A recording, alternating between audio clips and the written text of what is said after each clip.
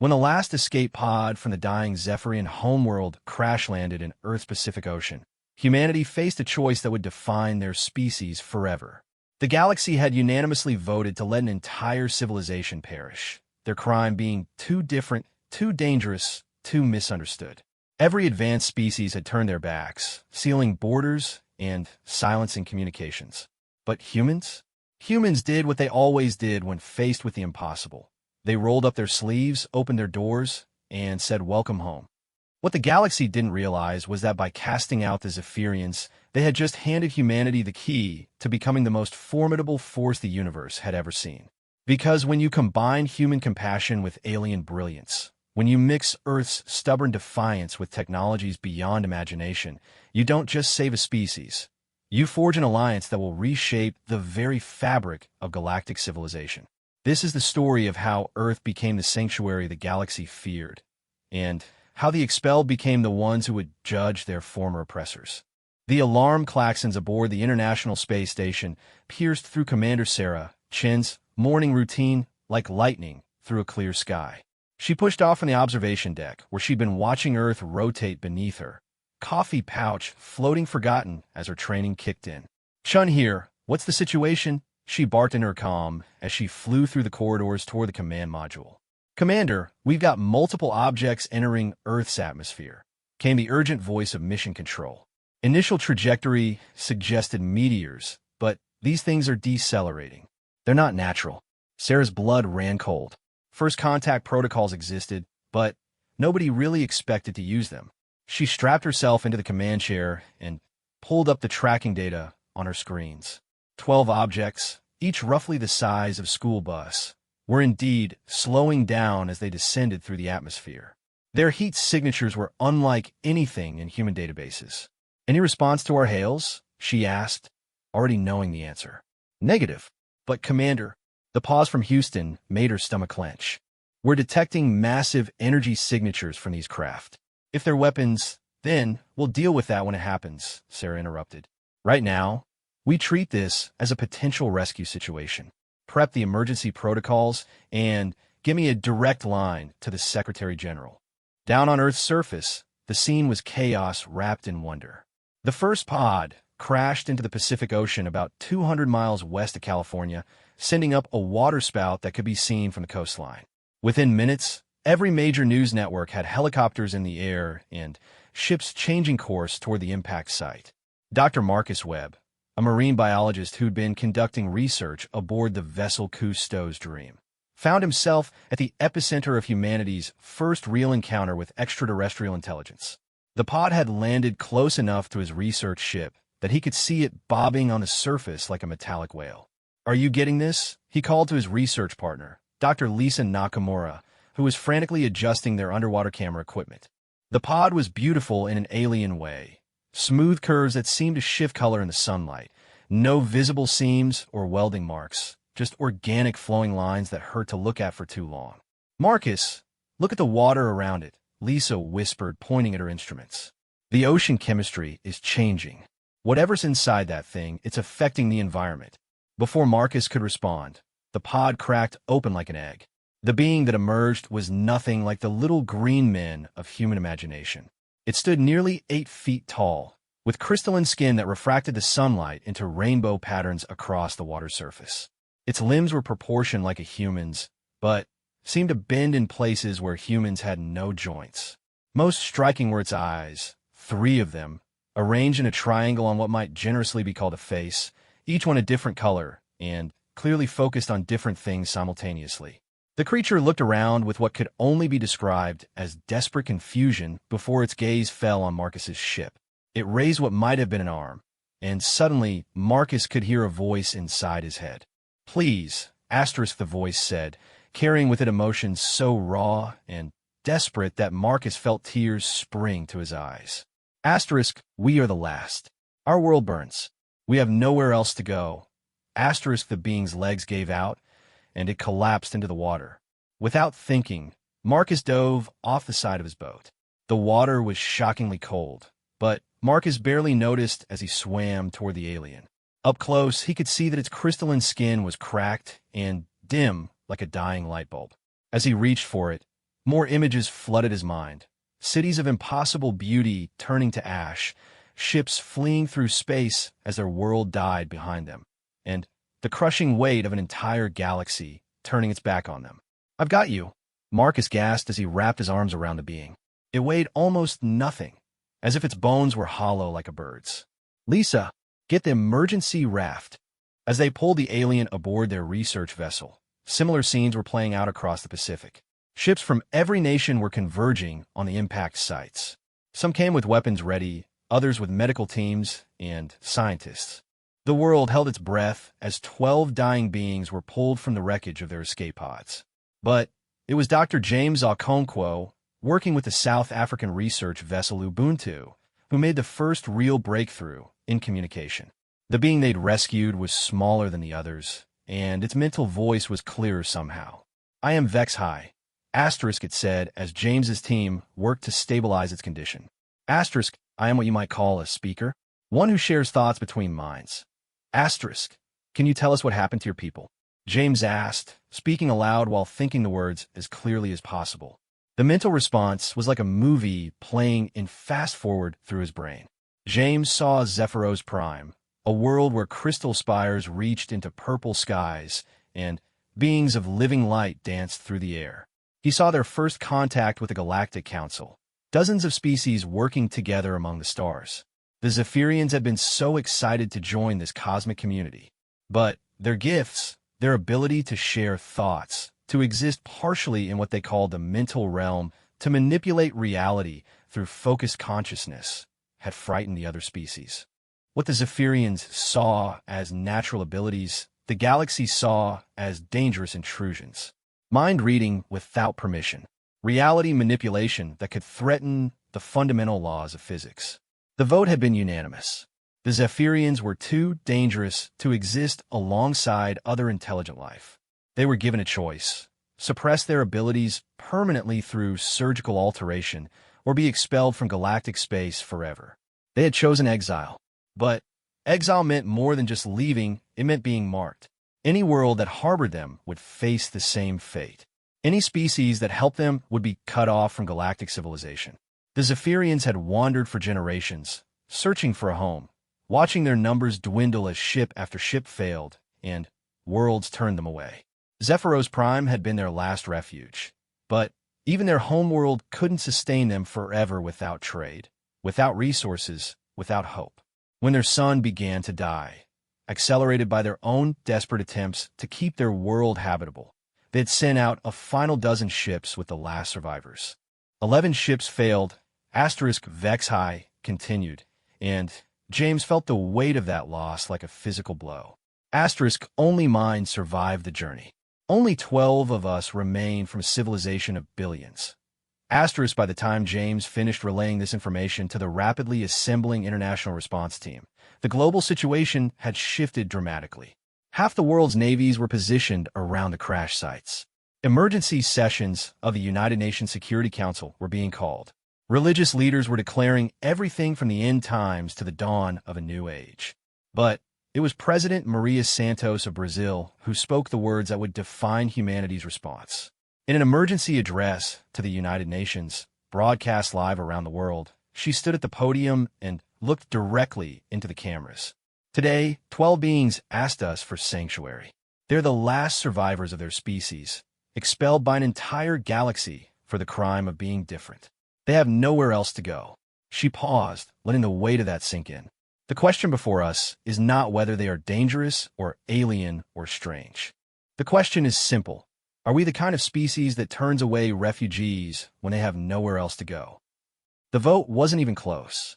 189 nations voted to grant the Zephyrians emergency refugee status. Only 3 abstained. 0 voted against. But even as the politicians were making their declarations, the real work was beginning.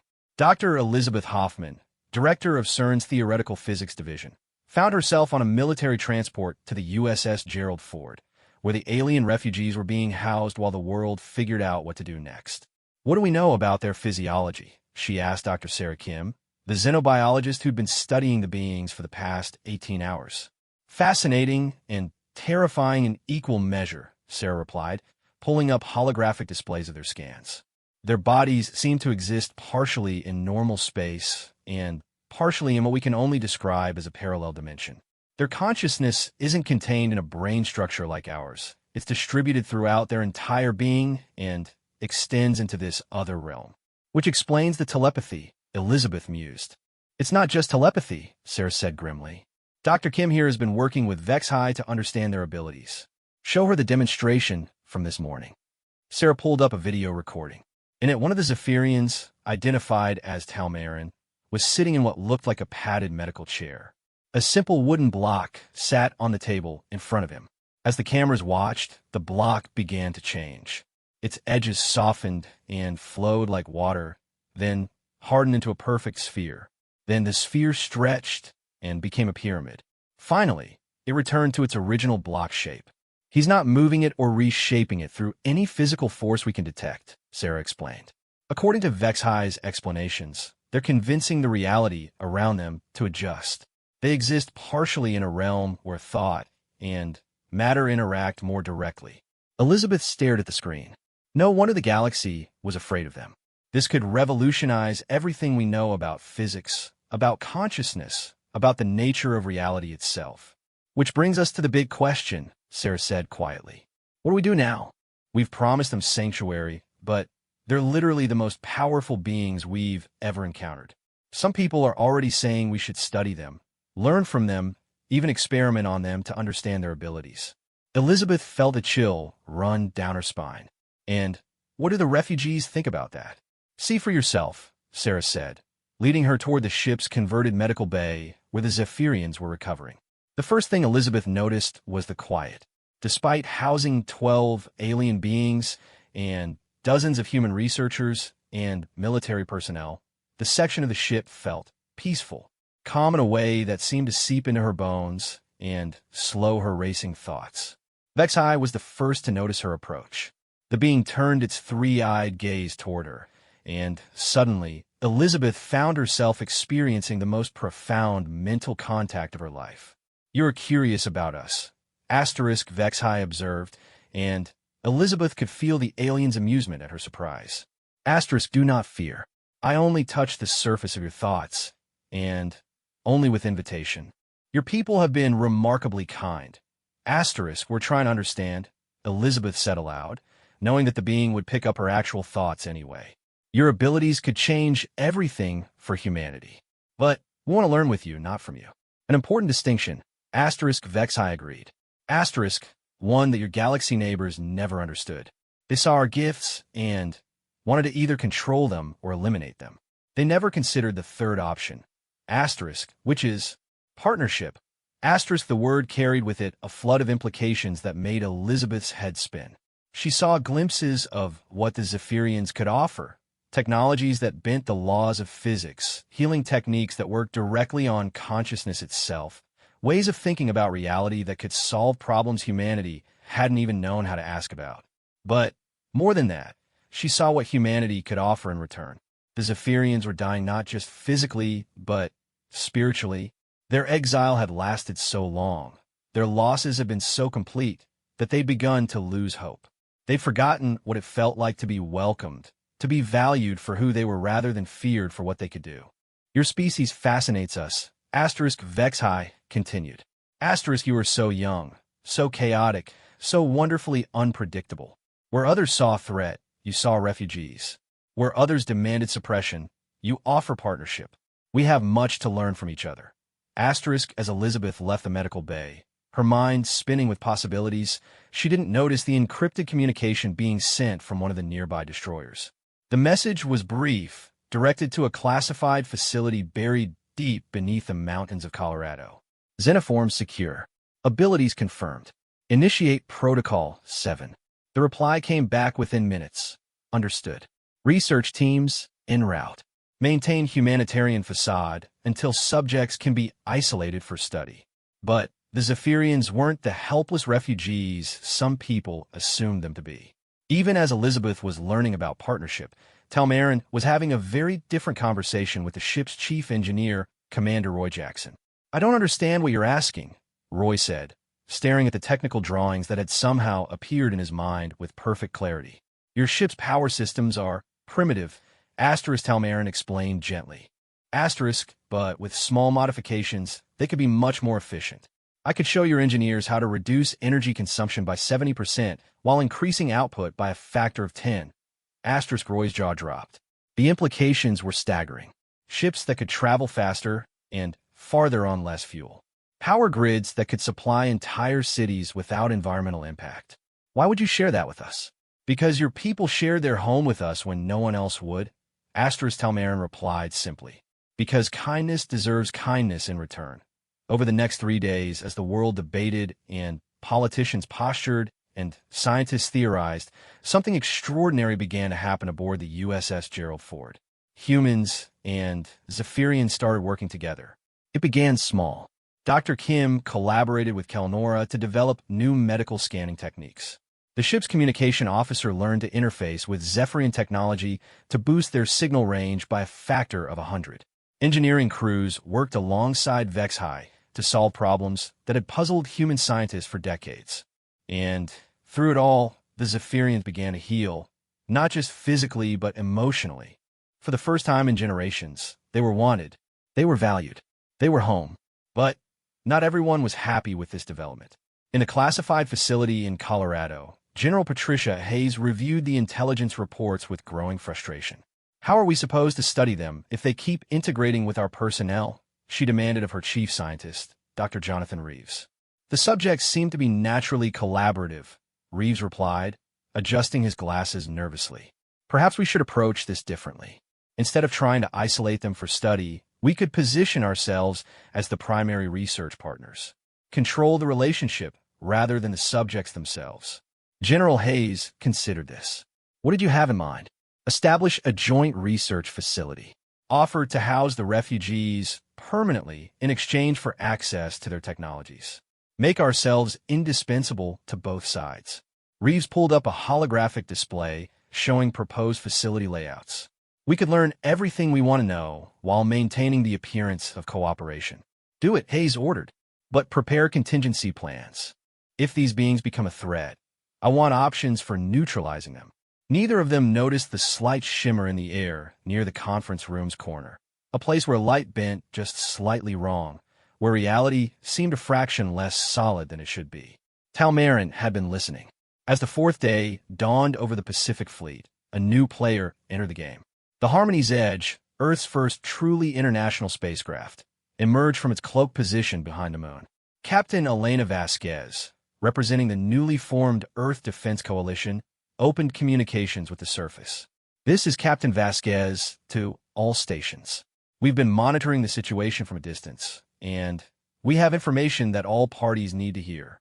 The transmission that followed changed everything. The Harmony's Edge had been tracking long-range communications between Earth and the galaxy at large. The exile of the Zephyrians hadn't been the end of galactic interest in this sector. It had been the beginning. The Galactic Council has been monitoring our response to the Zephyrian refugees, Captain Vasquez explained in her address to the combined fleet. 3 days ago, they issued an ultimatum. Any species that harbors the Zephyrians will be considered a threat to galactic stability. They're sending an enforcement fleet to our system. Estimated arrival time, 6 weeks. The silence that followed was deafening. Then, from the refugee medical bay, came a sound that no human had ever heard before. 12 Zephyrian voices raised together in what could only be described as a song of mourning. We are sorry. Vexhi's mental voice carried to every human within range, heavy with guilt and despair. We have brought doom upon the very people who showed us kindness. We will leave immediately. But Commander Sarah Chun, still aboard the International Space Station, spoke up before anyone else could respond. Like hell you will, she said firmly. Nobody threatens Earth on my watch. Captain Vasquez, how many ships are they sending? Long-range scans suggest a battle group of approximately 50 vessels, each significantly more advanced than anything in our current arsenal. Sarah was quiet for a moment, then began to laugh, a sound that carried across all frequencies and somehow managed to convey absolute confidence in the face of impossible odds. 50 ships? Is that all? She turned toward the camera that was broadcasting her words around the world. Ladies and gentlemen, we have 6 weeks to prepare for the galaxy's first lesson in human stubbornness. I suggest we make it memorable. As the sun set over the Pacific Fleet that evening, humanity and their new Zephyrian allies began to plan for a war they couldn't possibly win through conventional means. But then, again, nobody had ever accused humans of being conventional. The real story was just beginning. The underground facility designated as Site Omega stretched for miles beneath the Nevada desert, carved from solid rock and hidden behind layers of classified security. What had once been intended as humanity's last refuge in case of nuclear war was now being rapidly converted into something unprecedented, the first joint human-alien research and development center. Dr. Rebecca Martinez wiped sweat from her brow as she surveyed the organized chaos around her. Engineers from 12 different nations worked alongside construction crews and military personnel, all racing against an impossible deadline. 6 weeks to prepare for a galactic war that no human military had ever imagined possible. Status report, she called to her assistant, Dr. Chun Wei, who was coordinating with the Zephyrian delegation through one of their portable communication devices. Fascinating and terrifying in equal measure, Chen replied, echoing Dr. Kim's earlier assessment, but in a completely different context. The Zephyrians are sharing technologies that make our most advanced systems look like stone tools. But the learning curve is... He gestured helplessly at a nearby workstation where human engineers were staring in bewilderment at holographic displays that seemed to shift based on the observer's thoughts. At that workstation, Lieutenant Colonel Marcus Rivera was experiencing the most frustrating educational experience of his military career. Talmarin floated beside him. The Zephyrian had explained that their people didn't always need to touch solid surfaces to remain stable, patiently trying to explain concepts that human language had no words for. Think of space not as emptiness, but as a fabric that can be convinced to behave differently. Talmarin was saying, his mental voice carrying mathematical concepts that made Marcus's head ache. Your ships push against this fabric. Ours ask it politely to move aside. But how do you ask space to do anything? Marcus protested, staring at the Zephyrian vessel schematics floating before him. The ships looked more like living creatures than machines, all flowing curves and organic lines with no apparent engines, weapons, or recognizable technology. Observe, Talmarin replied, and suddenly the air around Marcus began to shimmer. He watched in amazement as a section of empty space about the size of his fist began to glow with soft blue light. The light compressed, condensed, and then expanded outward in a perfect sphere that passed harmlessly through the walls and equipment around them. Did you just create matter from nothing? Marcus whispered. Not created, relocated. I asked the quantum foam to express itself more coherently in this location. Talmarin's explanation came with accompanying images of subatomic particles dancing to unheard music. Your people's physics are not wrong, merely incomplete. You describe what matter does. We ask why it chooses to do so. Meanwhile, 3 levels above, Dr. Elizabeth Hoffman was dealing with a different kind of impossibility. The joint physics team had been working for 72 hours straight, trying to understand the theoretical foundation of Zephyrian technology, and every breakthrough led to 10 new questions. According to these equations, Dr. Yuki Tanaka from Tokyo University said, pointing at formulas that writhed and shifted on the holographic display, consciousness isn't just an emergent property of complex matter. It's a fundamental force of the universe, like gravity or electromagnetism, which explains how they can manipulate reality through focused thought, Elizabeth replied, rubbing her tired eyes.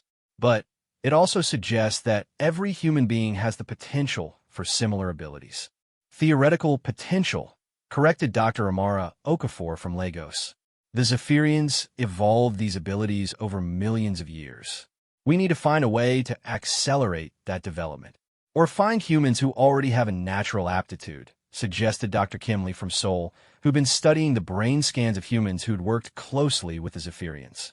Look at these neural patterns from Dr. Martinez's team. The people who've been in regular mental contact with the refugees are showing changes in their brain structure. Elizabeth leaned forward, studying the scans with growing excitement. Neuroplasticity enhancement. The Zephyr mental fields are actually helping human brains develop new neural pathways. She turned to the communications panel. Vex, hi. Are you monitoring this conversation? The response came from speakers throughout the lab, though no Zephyrian was physically present. Asterisk yes, Dr. Hoffman. And you are correct in your assessment. Extended contact with our people does tend to awaken certain potentials in other species. We had hoped you would discover this naturally rather than making it explicit. Asterisk why? Dr. Tanaka asked. Because every species we have encountered reacted to this knowledge in one of two ways. Asterisk Vexi replied sadly. Either they demanded we enhance their abilities immediately and became angry when we explained the dangers, or they became fearful that we were somehow contaminating them and cut off contact entirely. Elizabeth felt a chill. And humans are proving to be fascinatingly different, as usual. You see opportunity where others saw threat or corruption. They have seen the results of uncontrolled development. Asterisk above ground, the geopolitical situation was evolving just as rapidly as the science. Secretary General Patricia Wong of the United Nations found herself mediating between world leaders who had gone from welcoming refugees to planning for interstellar war in less than a week. The Chinese delegation is concerned about technology sharing, she reported to the emergency session of the Security Council. They want guarantees that any advances developed through Zephyrian cooperation will be distributed equally among all Earth nations.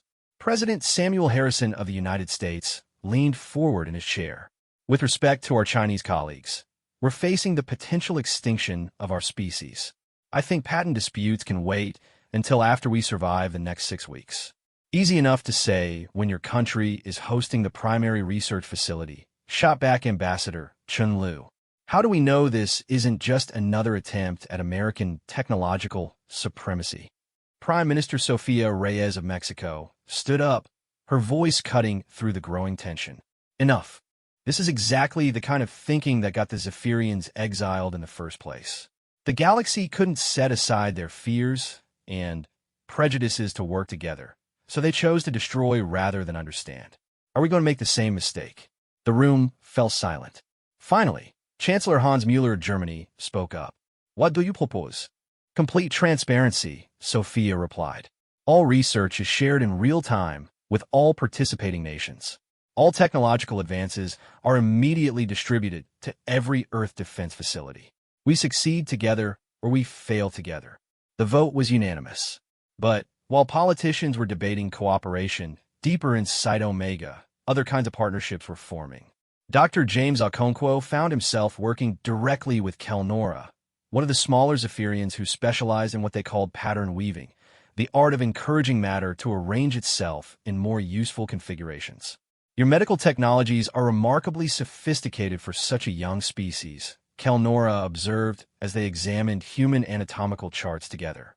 But they focus on fighting disease rather than encouraging health. James looked up from the holographic display of human cellular structure that Kelnora had somehow generated from thin air. What's the difference? Your treatments attack symptoms. Ours enhance the body's natural tendency toward wholeness. Asterisk with a gesture, Kelnora modified the cellular display, showing healthy cells that seemed to glow with vitality. Asterisk, every living system wants to be healthy. Our medicine simply reminds it how. Asterisk, can you teach this to human doctors? Some of them, perhaps. Those with natural empathic abilities would be most receptive. But Dr. Okonkwo, asterisk Kelnora's mental voice carried a note of warning. Asterisk, what we offer is not just medical knowledge. To heal others through consciousness manipulation, one must first achieve perfect harmony with one's own consciousness.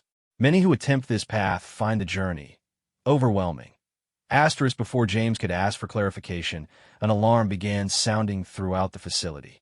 Emergency lights bathed the corridors in red as personnel moved to their assigned crisis stations. Through the intercom, Dr. Martinez's voice carried a tone of controlled urgency. All personnel to status yellow. We have an unscheduled visitor approaching from orbit. In the primary communications center, Captain Elena Vasquez's image appeared on the main screen, transmitted from the Harmony's edge in Earth orbit. Her expression was grim. Psi Omega, We have a single vessel approaching from the outer system. Configuration unknown, but it's not matching any known Galactic Council designs. It's requesting permission to land, and, well, it's specifically asking for the Zephyrian refugees. Dr. Martinez felt her blood run cold. How did they know the refugees were here? Unknown. But there's something else. The ship is broadcasting Zephyrian identification codes, but they're old. Really old. Like centuries out of date. In a medical bay where the Zephyrian refugees were housed, the reaction to this news was immediate and dramatic. All 12 beings suddenly became rigid, their crystalline skin flickering between transparent and opaque as their mental communication became so intense that nearby humans could feel it as a pressure in their heads. Vexai was the first to speak aloud, his mental voice carrying emotions so complex that the humans receiving them felt momentarily dizzy. Kethvar lives, *, he whispered, and the name seemed to make the air itself shiver. We thought, we hoped, but after so long. Who is Kethvar? Dr. Martinez asked, try to maintain professional calm while her instinct screamed that everything had just changed. What would you call him? Our leader? Our teacher? Our conscience? Vexai struggled with concepts that didn't translate well. Kethvar was the one who argued against the suppression treatments when a galaxy demanded them. He was the one who led our people into exile rather than surrender our nature. But his ship disappeared during the first year of our wandering. We assumed, that he was dead. Dr. Martinez finished. How old is he? By your measuring, approximately 7,000 years. The silence that followed was broken by the communications system crackling to life with a new voice. One that somehow managed to sound ancient and powerful even through electronic filters. Children of Earth, the voice said, carrying harmonics that seemed to resonate in the listener's bones. I am Kethvar of the First Circle, last of the Elder Zephyrians. I come seeking my lost children and bearing warnings that your species must hear. Captain Vasquez's voice cut through the transmission. Sir, with respect, we're going to need more than just your word before we allow you to land on Earth. The response came with what sounded almost like laughter. Cautious. Good. Your people show wisdom. Very well. Observe. Through the viewports of Site Omega, through satellite feeds, through the eyes of anyone looking up at the sky, humanity witnessed something impossible. The stars began to dance, not moving in their courses that would have taken eons and destroyed every planet in the solar system. Instead, the light they emitted began to pulse and flicker in perfect synchronization, creating patterns across the entire visible sky. Constellations formed words in what looked like flowing script, messages written in starlight itself. To my children who survived, you are found. To the humans who sheltered them, you are honored. To those who would threaten either, you are warned. The display lasted exactly 60 seconds, then faded, leaving the stars apparently unchanged. But every astronomer and astrophysicist on Earth was going to spend the next few decades trying to figure out how a single being had somehow influenced the apparent brightness of stars across the entire galaxy. Permission to land granted, Dr. Martinez said faintly. The ship that descended toward the Nevada facility was unlike anything in the Earth's databases. Where the refugee vessels had been desperate escape pods, roughly constructed and failing, this ship was clearly the work of a master craftsman. It flowed rather than flew, seeming to ignore gravity and inertia as it settled onto the landing pad with the grace of a falling feather. Kethvar emerged from his vessel like a living legend stepping out of myth. Where the refugee Zephyrians were tall and elegant, he was massive, nearly 10 feet in height and proportioned like a statue of some forgotten god. His crystalline skin didn't just refract light. It seemed to generate its own aurora, patterns of color that shifted and danced across his surface in hypnotic waves. But it was his eyes that truly marked him as different. Instead of the 3 eyes arranged in a triangle like the other Zephyrians, Kethvar had 7 eyes arranged in a complex pattern across his face and head. Each eye was a different color, and as he looked around a landing pad, it was clear that each was seeing different aspects of reality. Dr. Martinez stepped forward to greet him, flanked by military personnel who looked like children next to the ancient alien. Welcome to Earth, Kethvar. I'm Dr. Rebecca Martinez, director of this facility. Dr. Martinez, asterisk Kethvar replied, and his mental voice carried layers of meaning that human language couldn't encompass. Asterisk, your people have shown remarkable kindness to my children. This will be remembered. Asterisk, we did what anyone should do for refugees, she replied, trying to project confidence she didn't feel. You did what no one else in the galaxy would do. Asterisk, Kethvar corrected gently. Asterisk, but that kindness has placed your species in grave danger. The Council's enforcement fleet carries weapons that could sterilize your world in minutes. They're coming here not just to reclaim my people, but to make an example of any species foolish enough to defy their will. Asterisk, Dr. Martinez felt her heart sink. Then, we're doomed. Perhaps. Or perhaps not. Your species has already surprised me once by choosing compassion over fear. You may yet surprise me again. Asterisk, Kethvar gestured toward the facility entrance. Asterisk, show me what my children have been teaching you. Let me see what humans and Zephyrians might accomplish together. Asterisk, the tour that followed was unlike anything Dr. Martinez had expected. Kethvar moved through the facility like a force of nature, examining human technology with the patience of someone who had personally witnessed the birth and death of civilizations. But more than that, he seemed to understand instantly not just what the humans were trying to accomplish, but why they were struggling to accomplish it. In the physics laboratory, he observed Dr. Hoffman's team for several minutes before speaking. Asterisk, you're trying to learn our mathematics with minds that think in straight lines. But consciousness is not linear, Dr. Hoffman. It is symphonic.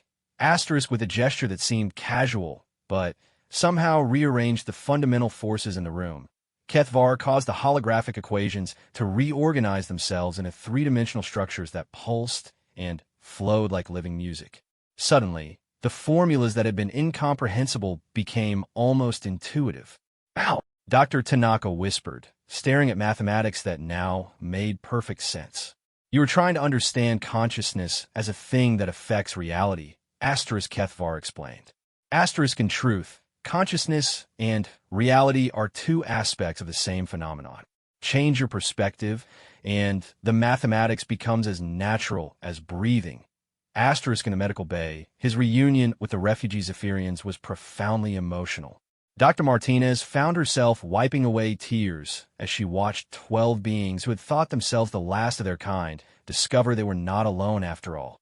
Elder, asterisk, Vexhai said, his mental voice carrying centuries of grief, asterisk, we have failed. Our world is gone. Our people are scattered across the void, and now we have brought the Council's wrath upon these innocent beings. Asterisk, child, asterisk, Kethvar replied, and somehow his mental voice carried the warmth of a father embracing a long-lost son. Asterisk, you have done exactly what I hoped you would do. You survived. You found others willing to accept you. And in doing so, you have given both our species something precious, a chance to prove that the galaxy's fears were wrong. Asterisk, but it was in the engineering section that Kethvar's true purpose became clear. Lieutenant Colonel Rivera was still struggling with Talmarin's explanations of Zephyrian propulsion when the Elder arrived. Show me your weapons, asterisk, Kethvar said without preamble. Rivera blinked in surprise. Sir, the Council is bringing 50 warships armed with planet-killing weapons to destroy both our species.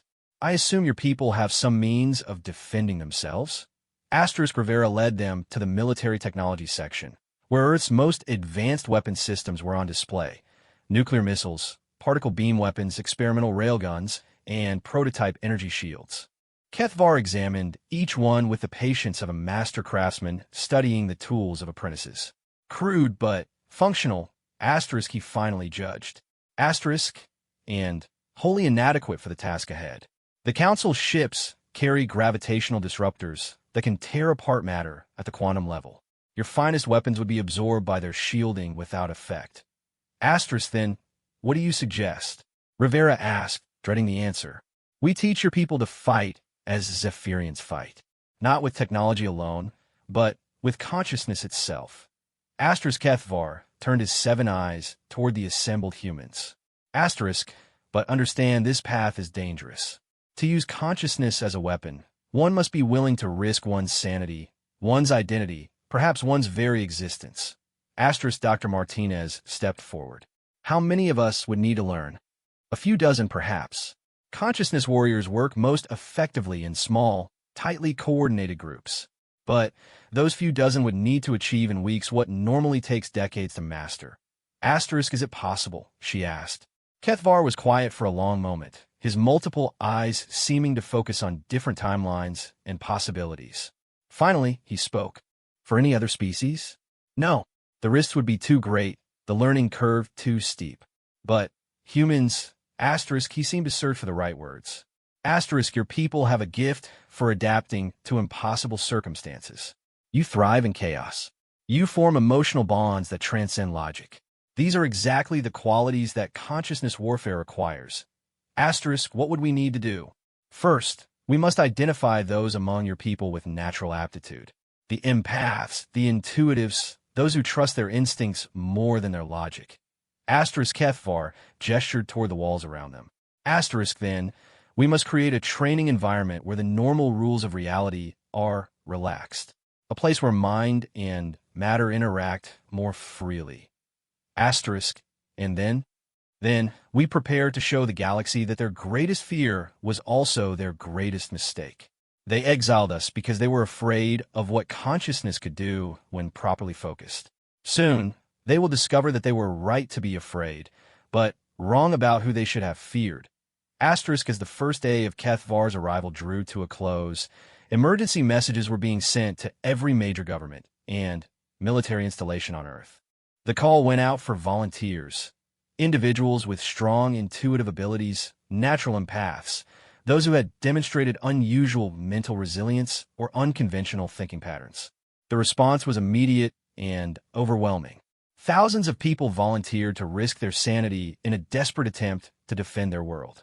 But Kethvar and the Zephyrian refugees would only select those few dozen who showed the greatest potential for surviving what was to come. Dr. Sarah Kim found herself among the first selected, along with Dr. Martinez, Lieutenant Colonel Rivera, and several dozen others from around the world. As they gathered in Site Omega's largest conference room on the second evening of Kethvar's arrival, the ancient Zephyrian addressed them directly. In 5 weeks, asterisk, he said, his mental voice carrying the weight of absolute certainty. Asterisk, the council fleet will arrive. They will demand the surrender of my people and the submission of yours. When you refuse, and I know you will refuse, they will attempt to demonstrate the consequences of defying galactic law by destroying your largest cities. Asterisk, the humans in the room exchanged glances, but no one spoke. By that time, you must be ready to show them that their weapons are not the only force in this universe. You must be prepared to fight a war not just with ships and energy, but with the power of consciousness itself. You must be ready to become something your species has never been before. Asterisk, which is? Dr. Martinez asked. Terrifying, asterisk, Kethvar replied simply. Tomorrow, your real education begins. As the volunteers filed out of the conference room to get what might be their last normal night's sleep, none of them noticed the subtle changes already beginning in their brain patterns. Changes that had started the moment they'd entered Kethvar's presence. The consciousness enhancement had already begun. Outside, the stars continued their eternal dance, unaware that the tiny blue world below was about to teach the galaxy a lesson it would never forget. The screaming started on the second day of training. Dr. Sarah Kim was the first to break. She'd been working with Vex High in what the Zephyrians called a consciousness expansion chamber, a room where the barriers between thought and reality had been deliberately thinned. For 3 hours, she'd been practicing the basic exercise of convincing a simple wooden cube to change its color through focused intention. The cube had been cooperating beautifully, cycling through the rainbow spectrum in response to her mental commands. Then, without warning, it had begun to melt. Not literally. The temperature in the room remained constant. But somehow her subconscious fears had convinced the wood that it should liquefy like hot wax. The sight of matter obeying the wrong natural laws because of her unfocused thoughts had snapped something in Sarah's mind. The screaming had started then, a sound of pure terror that had brought security guards running and sent the other trainees into a panic. Dr. Martinez found Sarah huddled in the corner of the chamber, staring at the puddle of what had once been a wooden cube, her eyes wide with shock. "Make it stop," Sarah whispered. "Please make it stop. I can feel everything. Every atom in this room is listening to me, waiting for me to tell it what to be. What if I think wrong? What if I accidentally unmake something important? Dr. Martinez knelt beside her colleague, careful to keep her own thoughts calm and focused. Kethvar had warned them that consciousness was contagious. One person's mental state could influence others, especially in the enhanced environment of the training chambers. "Sarah, look at me," she said gently. "You're still you. The cube isn't important. Focus on my voice." But Sarah was beyond hearing. The breakthrough that was supposed to feel like enlightenment felt instead like standing at the edge of an infinite abyss, looking down into the fundamental chaos that reality was built upon. She could sense the quantum foam beneath the surface of matter, could feel the electromagnetic fields that held atoms together, could perceive the delicate balance of forces that kept existence from dissolving into entropy. And, worst of all, she could feel those forces responding to her emotions. "Get Kethvar," Martinez ordered one of the technicians. Now, the ancient Zephyrian arrived within minutes, his 7 eyes immediately focusing on Sarah with what might have been sympathy. Consciousness shock, he diagnosed grimly. "I was afraid this might happen. Your people's minds develop so quickly, but without the evolutionary safeguards that prevent overawareness. Can you help her?" Martinez asked. "Perhaps, but it will require temporary suspension of her individual consciousness while her mind adapts to its new perceptions." Kethvar's mental voice carried a note of warning. "There's a risk that she may not choose to return." "What do you mean?" "When one becomes fully aware of the arbitrary nature of reality, some minds find the prospect of returning to normal consciousness limiting. They prefer to remain dissolved in the quantum foam rather than accepting the boundaries of selfhood." Despite the risk, they had no choice. Sarah was beginning to affect the matter around her unconsciously. The walls were developing stress fractures that followed no pattern from physics, and the air itself was beginning to shimmer with uncontrolled energy fluctuations. Kethvar placed what might have been a hand on Sarah's forehead, and immediately the chaotic energy in the room stabilized. Sarah's screaming stopped, replaced by an eerie calm as her eyes rolled back, and her consciousness was gently separated from her overloaded nervous system. "How long will she be like this?" Martinez asked, looking at Sarah's peaceful but vacant expression. "Hours, days, perhaps weeks. Consciousness adaptation cannot be rushed without risking permanent damage." Kethvar turned his attention to the other trainees, who had watched the entire episode with growing horror. Let this be a lesson. The power we offer is not a tool to be picked up and used casually. It is a fundamental change to your relationship with reality itself. Once begun, the process cannot be stopped, only guided. Lieutenant Colonel Rivera stepped forward, his military training warring with very reasonable fear. "Sir, with respect, we have 4 weeks and 6 days until the Council fleet arrives. We can't afford to lose people to this." "Then, perhaps we should reconsider the entire approach," suggested Talmarin, who had been observing the training session with growing concern. "Consciousness warfare is our way, but it need not be yours. There may be other methods." Such as? Martinez asked. "Your people excel at rapid adaptation and creative problem-solving," Talmarin replied. "Rather than trying to make you into Zephyrians, perhaps we should focus on making Zephyrian technology work with human intuition." The suggestion led to the first breakthrough that didn't end in psychological trauma. Within 6 hours, a joint team of human engineers and Zephyrian technicians had developed what they called intuitive interfaces, control systems that responded to human emotional and instinctual reactions rather than requiring the deep consciousness manipulation that had broken Sarah's mind. Dr. Chinwei was the first to test the prototype. The interface looked deceptively simple, a crystalline headband that felt warm against his forehead and seemed to pulse in rhythm with his heartbeat. Through it, he was connected to a small Zephyrian construct, a device about the size of a basketball that hovered 3 feet off the ground. "Don't think," Talmarin instructed. "Just feel. Imagine the construct moving to your left." Chin closed his eyes and tried to empty his mind of analytical thought. Instead of visualizing the physics of movement or trying to understand how the construct worked, he simply felt a gentle desire for it to drift leftward. The construct obeyed instantly, sliding smoothly through the air as if pulled by an invisible string. Now up, Talmarin suggested. Again, Chen focused on feeling rather than thinking. The construct rose toward the ceiling with perfect responsiveness. This is incredible, Chen whispered, opening his eyes. It's like the device is reading my intentions directly. In a sense, it is, Talmarin explained. The interface translates your emotional impulses into the type of consciousness-reality interaction that the construct can understand. You provide the intent. The device provides the technical precision. Within hours, they had dozens of successful tests. Humans who would have needed months to develop true consciousness manipulation abilities were able to control Zephyrian technology through what felt like extended intuition. The relief among the training group was palpable. But Kethvar watched these developments with an expression that might have been concern. This is impressive, he admitted when Dr. Martinez asked for his assessment. But interface-mediated control has limitations. The Council's weapons can disrupt technological systems. If your people become dependent on these devices, they will be helpless when the enemy jams or destroys their interfaces. Then, what do you suggest? Martinez asked, though she dreaded the answer. We continue with the direct consciousness training, but more carefully. We need at least a few of your people to develop unmediated abilities, ones that cannot be disrupted by technology. After what happened to Sarah? Because of what happened to Sarah, Kethvar corrected. Her breakdown showed us the dangers, but also the potential. Before her consciousness shock, she was manipulating matter with a precision that impressed even me.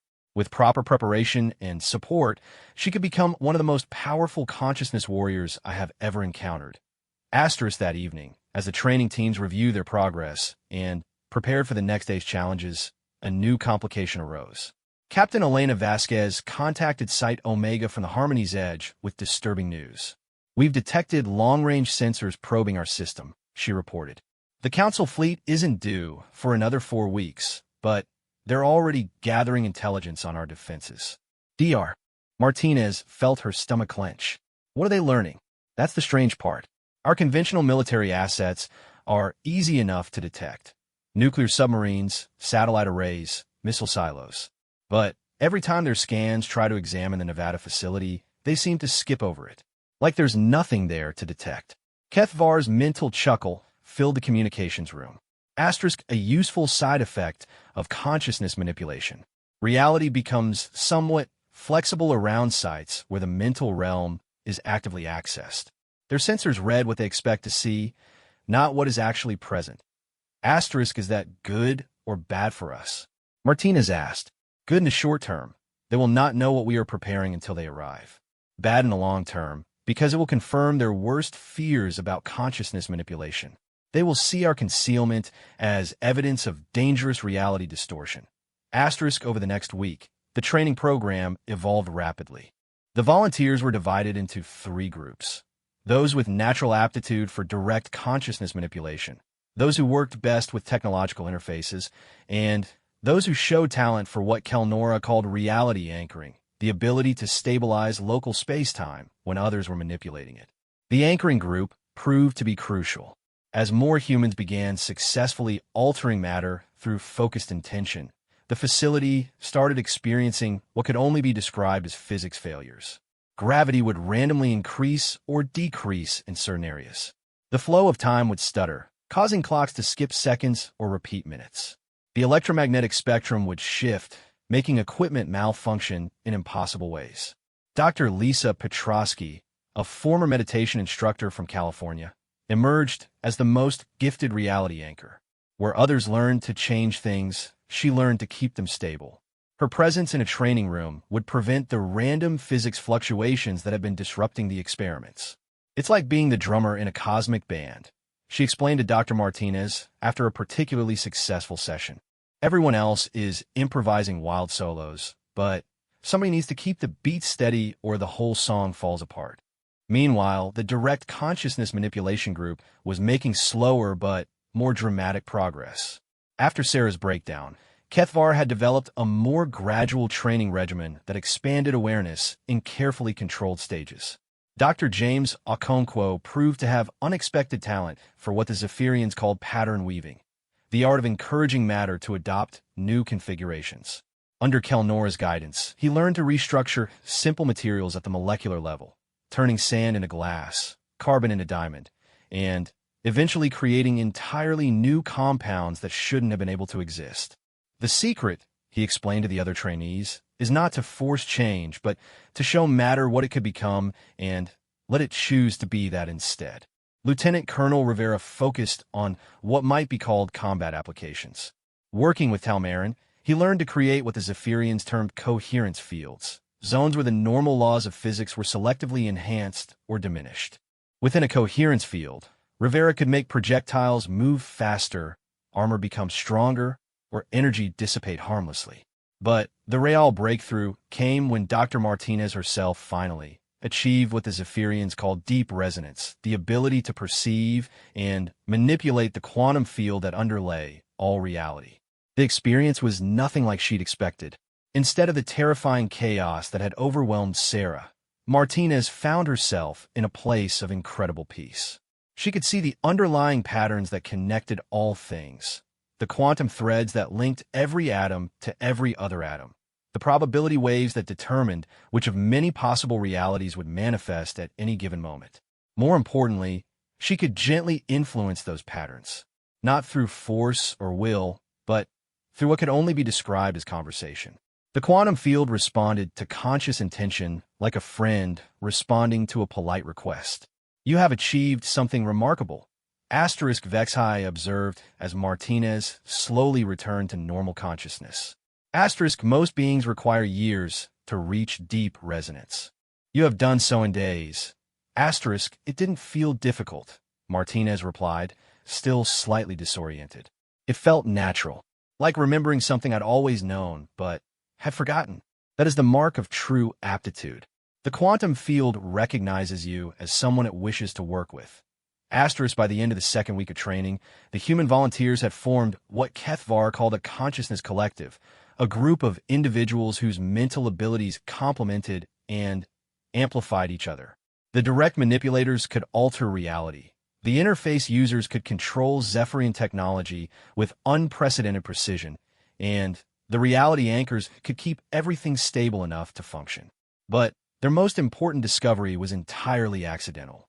Dr. Chun Wei was practicing with one of the technological interfaces when the device suddenly malfunctioned. Instead of simply cutting off his connection to the Zephyrian construct he was controlling, the interface feedback loop created a resonance effect with the nearby reality anchors and consciousness manipulators. For approximately 30 seconds, every human in the training room became temporarily linked in a collective consciousness that spanned multiple individuals while remaining distinctly human. The experience was indescribable. Each person remained themselves, but simultaneously shared the thoughts, emotions, and perceptions of everyone else in the group. The reality manipulators could feel the stabilizing influence of the anchors. The anchors could sense the creative energy of the manipulators.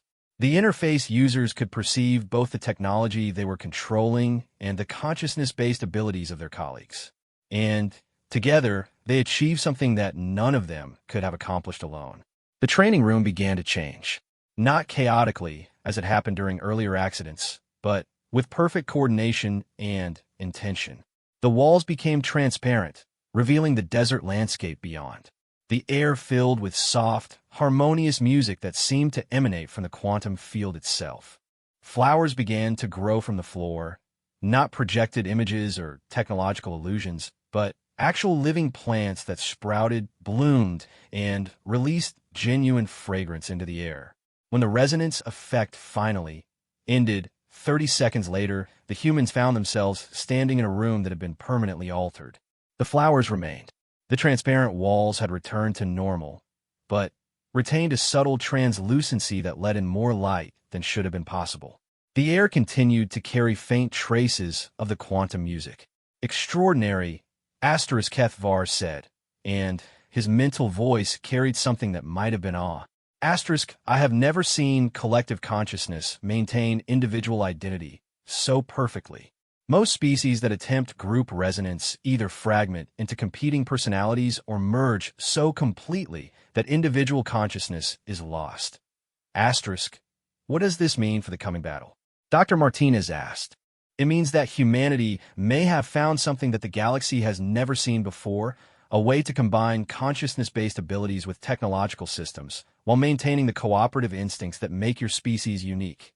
Asterisk. Over the next 2 weeks, the training program focused on developing and stabilizing the collective consciousness effect. The volunteers learned to enter group resonance voluntarily, maintaining it for longer periods while accomplishing increasingly complex tasks. They discovered that the collective could operate Zephyrian technology with far greater precision than any individual user. They could manipulate matter on a planetary scale, creating defensive barriers that existed partially in normal space and partially in the quantum realm. Most importantly, they could extend their consciousness across interplanetary distances, perceiving threats and opportunities that would have been invisible to conventional sensors. It was through this extended consciousness that they detected the advanced scouts from the Council fleet. 3 ships, much smaller than the main battle vessels but far more advanced than anything in Earth's experience, had slipped into the solar system 2 weeks ahead of schedule. They were conducting detailed reconnaissance of Earth's defenses, mapping human military installations, and attempting to locate the Zephyrian refugees.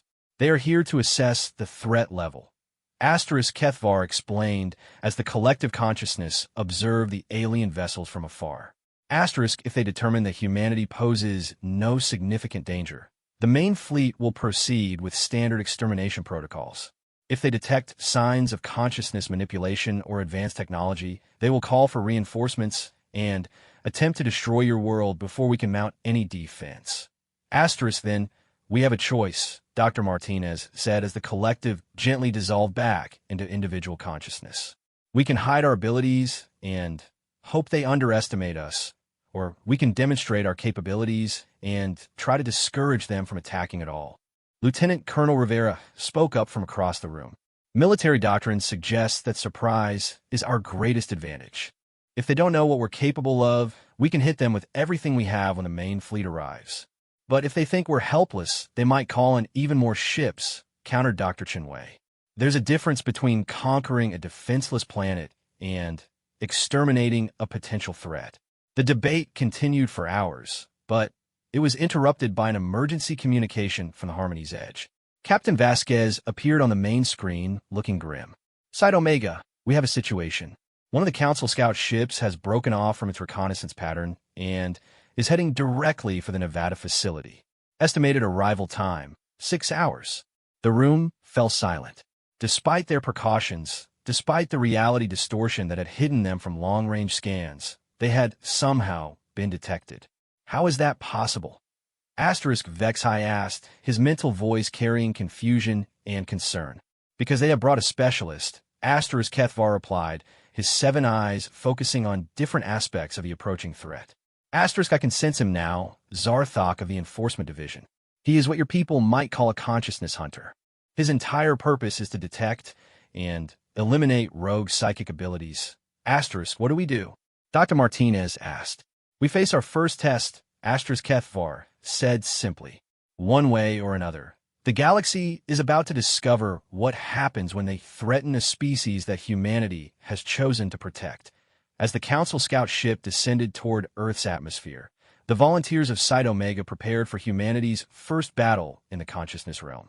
They had trained for weeks to master abilities that should have taken years to develop. Now, they would discover if human adaptability and Zephyrian wisdom could prevail against an enemy that had spent millennia perfecting the art of crushing exactly this kind of hope. Outside, the stars watched in silence as a small blue world prepared to challenge the established order of the galaxy. The war for consciousness was about to begin. The Council Scout ship Arbitrium descended through Earth's atmosphere like a falling star made of malice and precision. Its hull, forged from materials that existed in 17 different dimensions simultaneously, cut through the air without creating so much as a whisper of wind resistance. To conventional sensors, it barely registered as more than a brief electromagnetic anomaly. To consciousness-enhanced perception, It blazed like a beacon of hostile intention. In Site Omega's primary command center, the human Zephyrian collective watched the approaching vessel with senses that transcended normal space-time. Dr. Martinez felt her awareness expand beyond the confines of her physical body as the group consciousness formed around her, linking her mind with dozens of others in perfect cooperative harmony.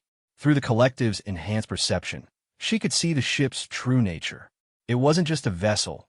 It was a weapon designed specifically to hunt and destroy consciousness-manipulating species. Its hull was inscribed with quantum-level patterns that disrupted psychic abilities. Its energy core generated fields that made reality manipulation exponentially more difficult. And its crew, by the light, Vexhi's mental voice carried horror and recognition. They have brought a mind reaper. Even through the safety of the collective consciousness, Martinez felt her individual awareness recoil from whatever Vexhi had detected aboard the approaching ship.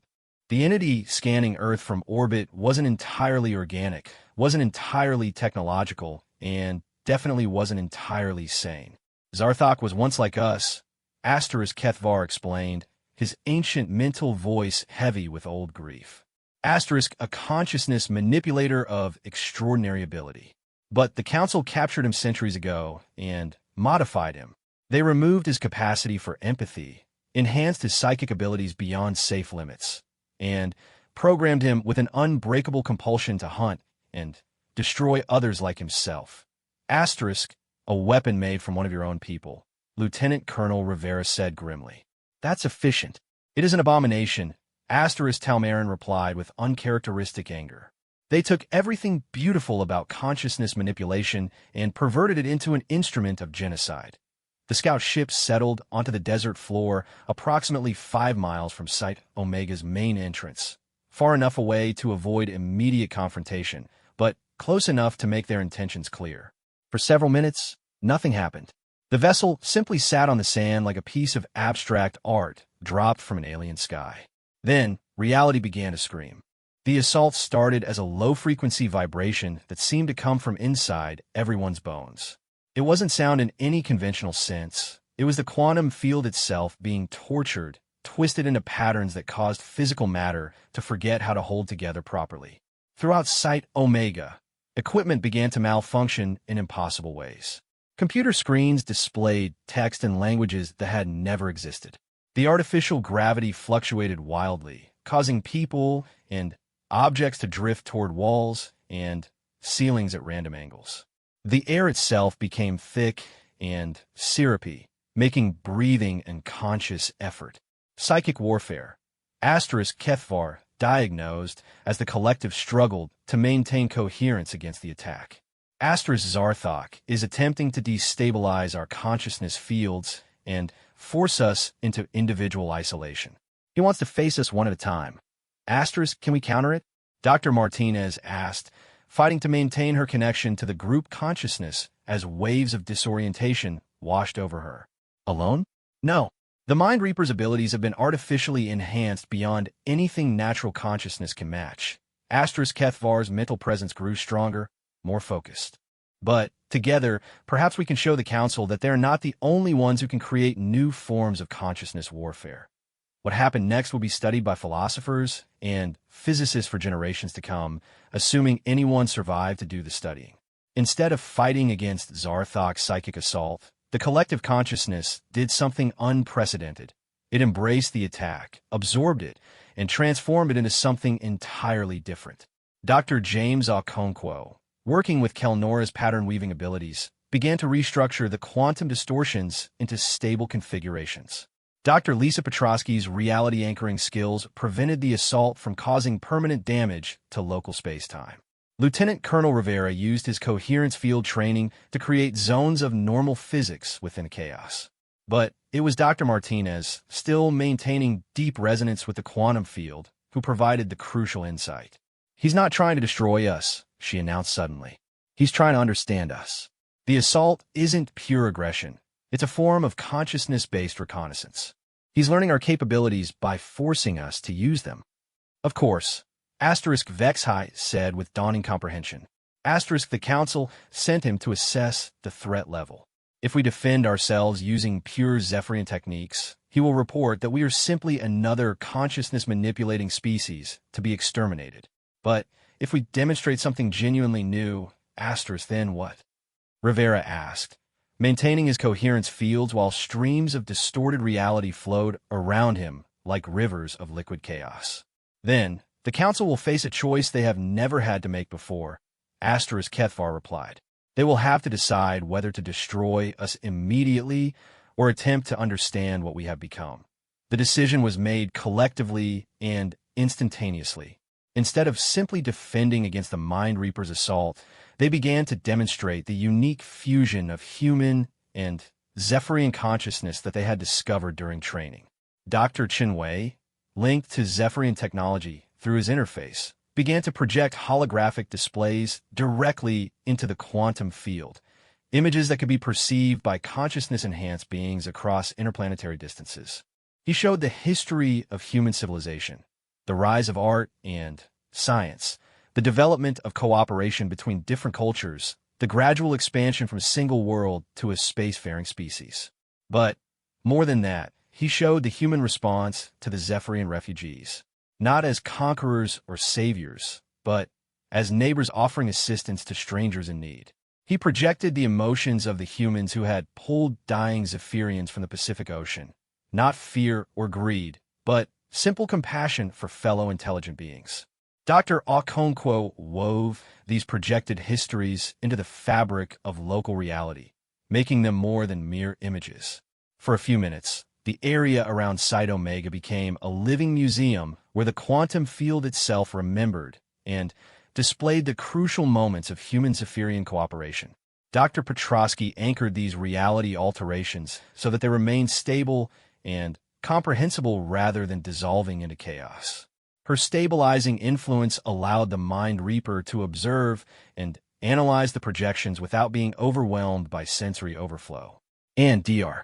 Martinez, still in deep resonance with the quantum field, served as a living bridge between individual consciousness and cosmic awareness. Through her, the other humans could share their thoughts and experiences directly with Zarthok, offering him something that no consciousness manipulator had ever experienced: genuine, voluntary mental contact with beings who felt no fear of his abilities.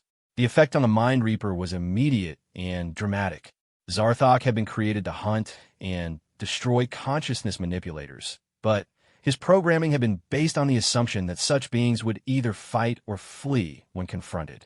He had no protocols for dealing with creatures that opened their minds willingly and offer to share their experiences without reservation.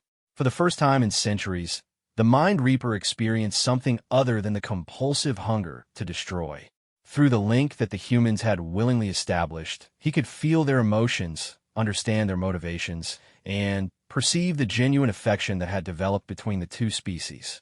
More confusing still, he could sense that these humans were not simply mimicking Zephyrian abilities. They had somehow developed a form of consciousness manipulation that was uniquely their own, one that emphasized cooperation over domination, integration over control. "What are you?" Zarthok's mental voice was like grinding machinery, damaged by centuries of artificial modification, but still capable of curiosity. "We are what happens when two species choose trust over fear," Dr. Martinez replied, maintaining the link despite the painful contact with the Mind Reaper's tortured consciousness. "We are what you could have been if the Council had chosen differently." For several minutes, the psychic assault completely stopped. Across Site Omega, equipment began functioning normally again. The air returned to its proper consistency. Gravity resumed its downward orientation. In the sudden silence, Captain Elena Vasquez's voice crackled through the communication system. "Site Omega, we're detecting massive power fluctuations from the Council scout ship. I'm not sure how to describe this. It looks like the vessel is arguing with itself." Through the quantum link, the collective could sense the battle taking place aboard the Arbitrium. Zarthok's original personality, the part of him that had once been a Zephyrian consciousness manipulator, was fighting against his artificial programming. Centuries of forced loyalty to the Council were warring with the first genuine emotions he had felt since his capture. The struggle was literally tearing the scout ship apart.